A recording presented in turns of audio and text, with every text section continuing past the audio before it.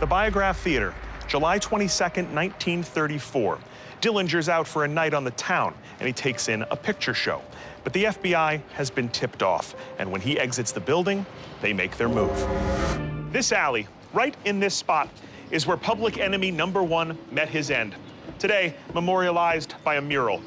The authorities found a mere $7.70 in Dillinger's pocket, which means there is a fortune in bonds and cash still unaccounted for. So, where did it go? Well, we're headed north to find out. Hey, long time no see. Hey, Josh. What's going on, man? How are you? Hey, I'm Josh. Hey, Josh, Dan, nice to meet you. Nice to meet you, too. So, Josh, this is Dan Johns Jr. His folks, Dan and Debbie Johns, actually own Little Bohemia. This is a place that looms large in the Dillinger story. Very much so. Very much. We're pretty far from Mooresville. Why up here? For that very reason, it's remote. Right. This is way off the beaten path for where the Dillinger gang was running. A rogues gallery of Dillinger associates made the trek to Little Bohemia, including Babyface Nelson, John Red Hamilton, and gangster groupies the press dubbed Gun Malls. But ultimately, he doesn't lay low because things go bad up here, right? Things go real bad up here. How does it go bad? Well, if you want to come inside, I can show you. You can show me. Yep. Guys. Lead on. Yeah. Inside, the historic lodge is like a time capsule. Here we have some of the things that the gang left behind because they had left in a pretty big hurry. These are original items? They are. Oh, come on. So this is one of the gang members' toiletry kits? Yep. Complete with X-Lax. Look at that. They were smooth criminals. I'm sorry. And this one's even still packed. Oh, wow. Wow. These are their clothes. They are. Wow. This is mind-melting to see original clothing and items from the gang. Now, all this stuff is here because the gang ended up hightailing it out of here, right? Correct. So what happens? The FBI raided this place. It was actually the owner's wife that tipped them off. With Dillinger and his gang becoming feared national celebrities, the locals here get nervous and tip off the FBI. Desperate to collar Dillinger, the Bureau rushes to Little Bohemia. Their intelligence is that the gang is about to leave imminently. When they roll up, there are 3 people leaving.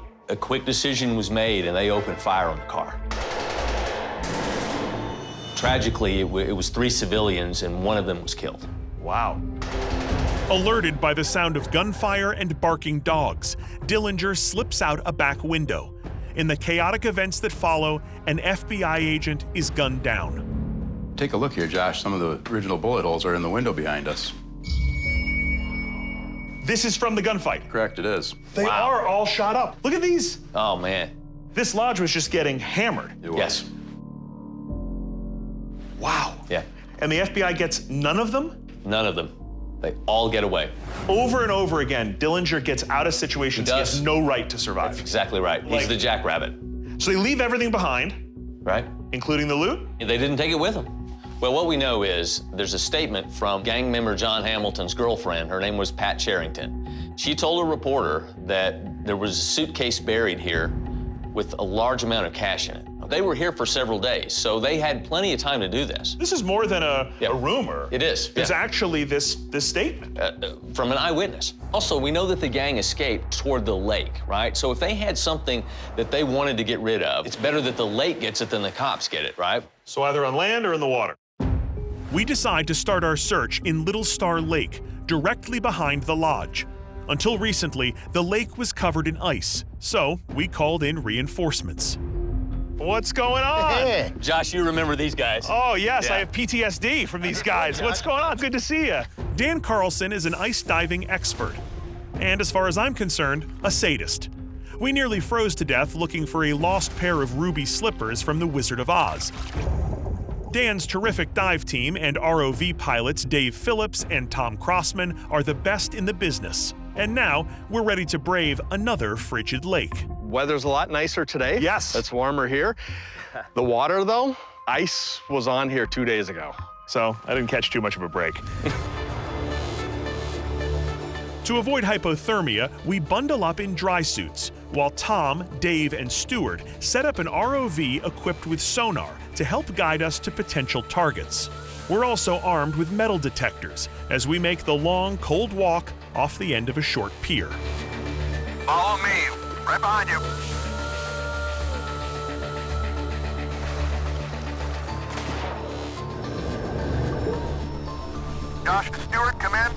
Josh, go for Stuart. We are on the bottom and beginning our search.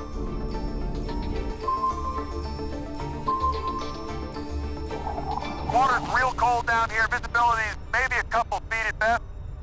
I think it's gonna be pretty slow going. We're just gonna do what we can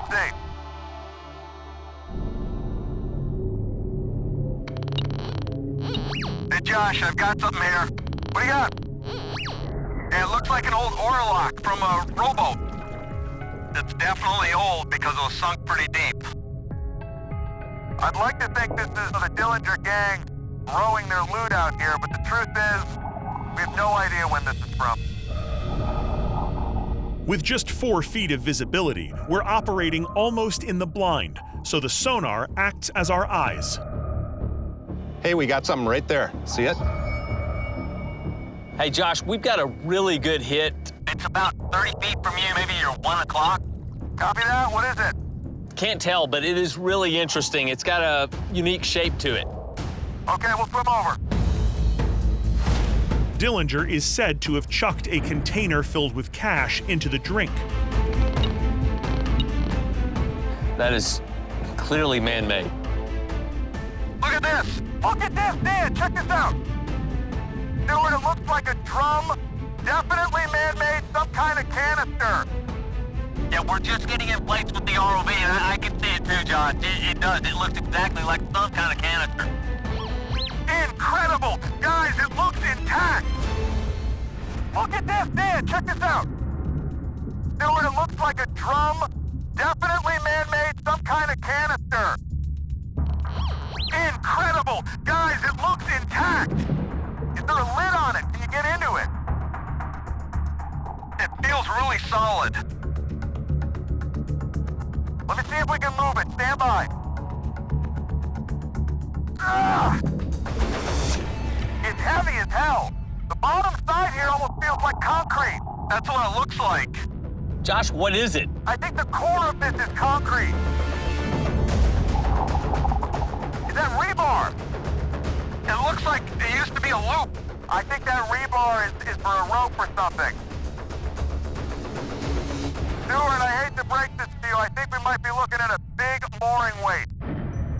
Yeah, it's starting to look like that. All right, Dan, let's keep searching. We continue to scour the bottom until we've covered the entire shoreline along Little Bohemia Lodge. So I think if there is loot up here somewhere, I feel pretty confident saying it's not out in the water. That's what it looks like.